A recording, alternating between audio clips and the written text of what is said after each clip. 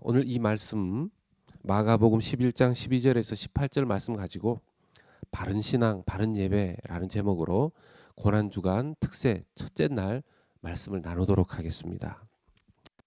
최근에 한국에서 한 어린아이의 죽음과 관련해서 끔찍한 뉴스가 연일 이 매스컴을 뜨겁게 하고 있습니다.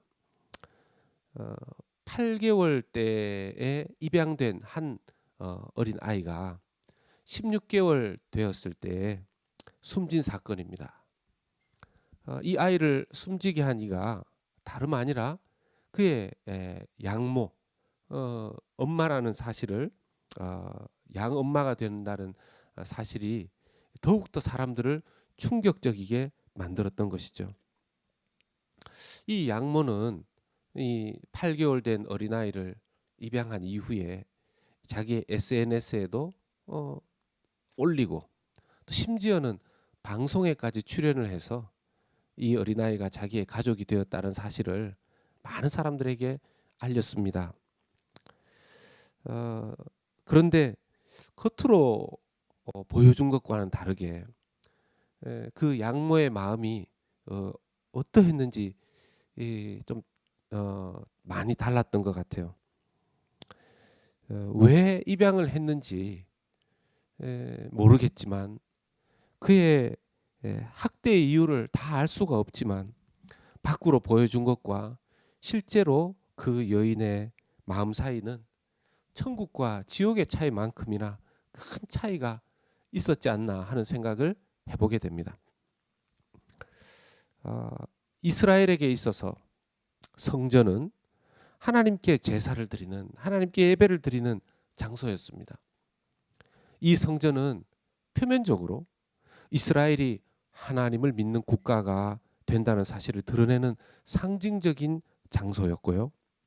그 안에서, 성전 안에서 이루어지는 모든 행위를 통해서 자신들이 누구인지, 또 자신들이 예배하고 제사하는 하나님이 누구신지, 그래서 왜 제물이 드려져야 하는지, 그 제물을 통해서 인간들의 죄가 끊임없이 드러나고 그 죄는 용서받아야 할 것들이며, 하나님은 죄를 용서하시기도 하시지만 거룩하신 분이라는 사실이 그 성전과 성전 안에서 이루어지는 모든 것들을 통해서 그림자처럼 드러나는 그곳이 바로 예루살렘 성전이었습니다. 이스라엘에게 있어서 성전은요, 그들의 신앙과 정체성의 상징이라고 할 수 있습니다.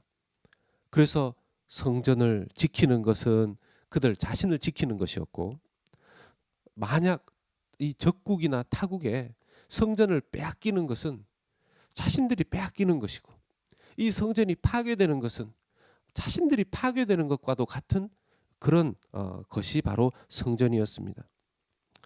그런데 바로 이 예루살렘 성전, 사실 실제로 솔로몬이 세웠던 그 성전은 아니죠. 몇 번 파괴되어지고 새롭게 세워진 성전입니다. 나중에는 정말 초라해진 성전이기도 합니다. 예수님은 그런 성전이 빼앗긴 것도 파괴된 것도 아닌, 지금 그 모습 안에서 성전 안에 일어나는 모든 행위들이 오염된 것을, 더럽혀진 것을 보시고 분노하셨습니다. 이것은 이스라엘을 향한 분노이셨죠. 하나님이 선택하신 대상, 하나님이 사랑하신 대상을 향한 분노였습니다. 12절과 14절에 나오는 무화과나무를 갑자기 저주하신 그것은 있어야 할, 당연히 모든 민족 중에서 선택한 이스라엘에게 기대했던 그 모습이 없는, 그것을 질타하듯이 이른 열매라도 맺어야 하는 무화과나무의 열매 없음을 보시고 저주하신 그 상징적인 메시지라고 볼 수 있습니다. 성전 안으로 들어가신 예수님은요, 당시에 로마 돈을 가지고 성전으로 이 순례를 온 사람들은 제사를 할 수 있는 성전용 화폐로 환전을 했습니다. 그래서 예배 때 드릴 소라든지 또 다른 짐승들, 작게는 비둘기까지 구입하게 된 것이죠. 그런데 로마 당시의 화폐인 로마 돈을 성전 제물용 돈으로 환전할 때 환전 수수료가 약 23% 4% 정도 되었다 그래요. 거의 고리 대금업에 해당되는 이자율입니다. 예수님께서는 그 모습을 보시고 이사야서 56장 7절의 말씀과 예레미야서 7장 11절의 말씀을 인용하면서 그 곳을 뒤집어 엎습니다. 이사야서 56장 7절은 내가 곧 그들을 나의 성산으로 인도하여 기도하는 내 집에서 그들을 기쁘게 할 것이며 그들의 번제와 희생을 나의 제단에서 기꺼이 받게 되리니 이는 내 집은 만민이 기도하는 집이라 일컬음이 될 것임이라. 예레미야서 7장 11절은 내 이름으로 일컬음을 받는 이 집이 너희 눈에는 도둑의 소굴로 보이느냐 보라 나 곧 내가 그것을 보았노라 여호와의 말씀이니라. 아멘. 만민의 기도하는 집이 되어야 하는 성전이 도둑의 소굴이 되었다. 도둑의 소굴처럼 보인다. 이렇게 말씀하시는 것입니다. 더 놀라운 것은요. 그 성전이 늘 거룩하게 그 성전에서 드려지는 제사와 예배가 늘 온전하게 되어야 하는 것을 관리해야 되는 대제사장들과 서기관들은 예수님의 이 행동을 바라보면서 예수님의 죽일 방법을 생각했다는 것입니다. 성전 안에서 이루어지는 그런 오염되고 더러워진 예배와 제사의 모습은 눈에 거슬리지 않고 예수님이 그 예배를, 그 제사를, 그 성전을 깨끗하게 정화시키려고 하고 거룩하게 만들려고 하고 온전하게 만들려고 하는 것에 대해서는 예수님을 죽이도록 싫었다라는 것입니다. 여러분 우리가 여기에서 오해하지 않아야 되는 것이 있습니다. 자칫 성전 안에서 이 장사하는 것 자체 무엇인가를 팔고 산 그 자체 때문에 예수님께서 분노하셨다라고 한다면요. 이것이 오늘날 교회 안에서 이루어지는 뭐 예를 들어서 카페도 교회 안에 있고요. 또 바자회도 교회 안에 있을 수 있고요. 그 수많은 모든 어떤 경제적인 행위 그것들 모두를 죄악시 여길 수 있습니다. 근데 정말 예수님께서 질타하셨던 싫어하셨던 것이 바로 그런 것일까요? 17절에 만민이 기도하는 집이 성전의 하나의 중요한 정체성이라고 하였습니다. 만민이 기도하는 집. 여러분 그것은요 단순히 성전 안에서 기도만 드린다는 뜻이 아니라 성전 안에서 만민이 기도한다는 것은 정말 모든 사람들이 하나님 앞에 하나님을 만나는 곳, 하나님께 자기 자신을 올려드리는 곳이 되기를 하나님께서는 원하셔서 성전을 세우셨다는 뜻입니다. 하나님께서 원하셨던 예배의 모습은요, 만민이 자기 자신의 모든 것을 하나님 앞에 올려드리는 그것이 예배이고 그것이 성전 안에서 이루어지기를 하나님 원하셨다는 것이죠.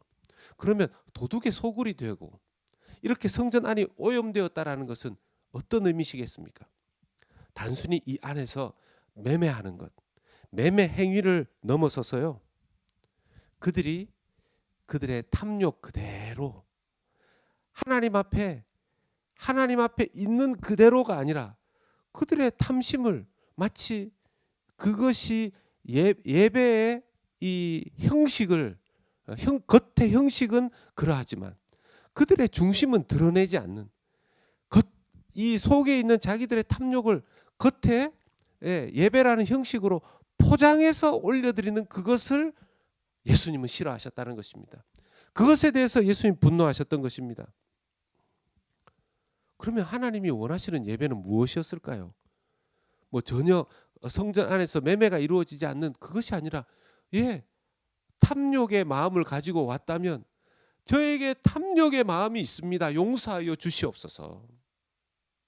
저에게 미움의 마음이 있습니다. 용서하여 주시옵소서. 저에게 상한 마음이 있습니다. 용서하여 주시옵소서. 저는 죄인입니다. 용서하여 주시옵소서.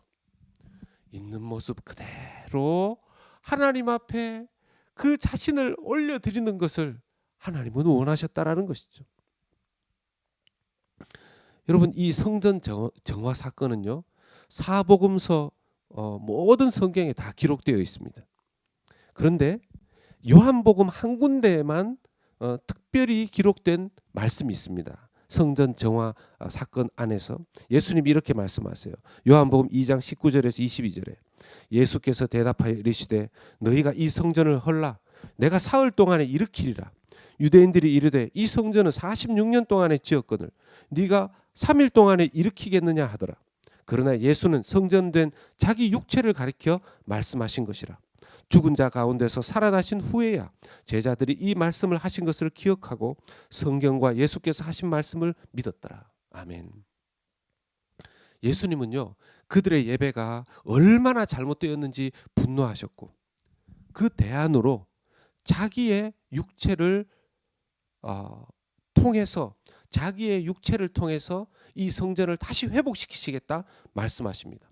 사흘 만에 이 성전을 허물고 다시 세우겠다. 이것은요, 사흘 동안 십자가에서 그 죽음 그리고 부활하시는 예수님을 말씀하시는 것이죠.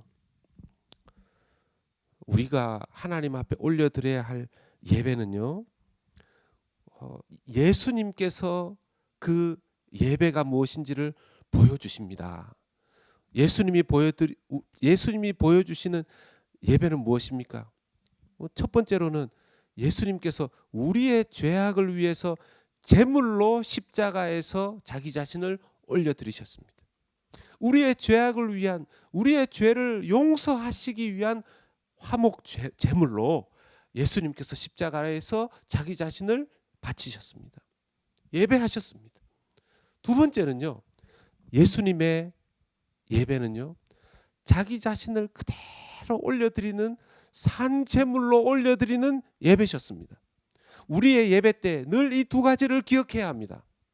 우리는 하나님 앞에 예배할 수 없는 자들입니다. 그런데 예수 그리스도께서 나의 죄악을 위한 제물이 되어 주셨기 때문에 우리는 예수 그리스도의 그 이름을 힘입어, 예수 그리스도의 피를 힘입어, 예수 그리스도의 십자가를 힘입어 하나님 앞에 예배자로 나아갈 수 있는 줄로 믿습니다. 두 번째는요, 예수님이 보여주셨던 그 본, 예수님이 자기의 육체 그대로를 하나님 앞에 제물로 올려드리셨죠. 예수님은 예수님의 일부분만으로 예배하지 않았습니다. 예수님의 기적으로 예배한 것이 아닙니다. 예수님의 어떤 권위로 예배하신 것이 아닙니다. 그것만으로 예수님 자신을 다 제물로, 다 예배로 올려드린 것입니다. 그런 의미에서 이 고난주간에 우리의 예배를 돌아보십시다. 하나님께서 우리에게 원하시는 바른 예배, 바른 신앙은 무엇입니까? 우리가 주일이든 평일이든 예배를 올려드릴 때 예수님께서는요, 소위 우리가 하는 말로 목숨을 다 드리는 예배를 올려드렸습니다. 자기의 삶을 다 예배에 올려드리신 것입니다. 하나님께서 우리에게 원하시는 것은 우리의 시간, 우리의 부분적인 시간이 아니고요, 우리의 물질, 우리의 부분적인 물질이 아니고요, 우리의 삶의 일부가 아니고 우리 모든 것을 예배로 받기를 원하시는 줄로 믿습니다. 그것이 올바른 예배입니다. 주님께서 뒤집어 엎고 싶어 하셨던 것은 우리의 신앙생활, 우리의 예배 생활이 부분적으로 잘라서 일주일에 6일은 내 것이고 일주일에 하루는 하나님 것이 아니라는 것입니다. 우리의 전 삶을 하나님께서 받기를 원하신다라는 것이죠. 정확하게 사도 바울은 이 예배의 회복을, 바른 예배를 이해했습니다. 이 말씀으로 오늘 이 첫날 고난주간 특세의 말씀을 마무리합니다. 로마서 12장 1절의 말씀입니다. 그러므로 형제들아, 내가 하나님의 모든 자비하심으로 너희를 권하노니 너희 몸을 하나님이 기뻐하시는 거룩한 산 제물로 드리라. 이는 너희가 드릴 영적 예배니라. 아멘. 아무쪼록 바른 예배를 올려드리는, 바른 믿음의 삶을 살아가는 저와 여러분들 될 수 있기를 예수 그리스도 이름으로 축원합니다. 아멘. 아멘. 우리 시간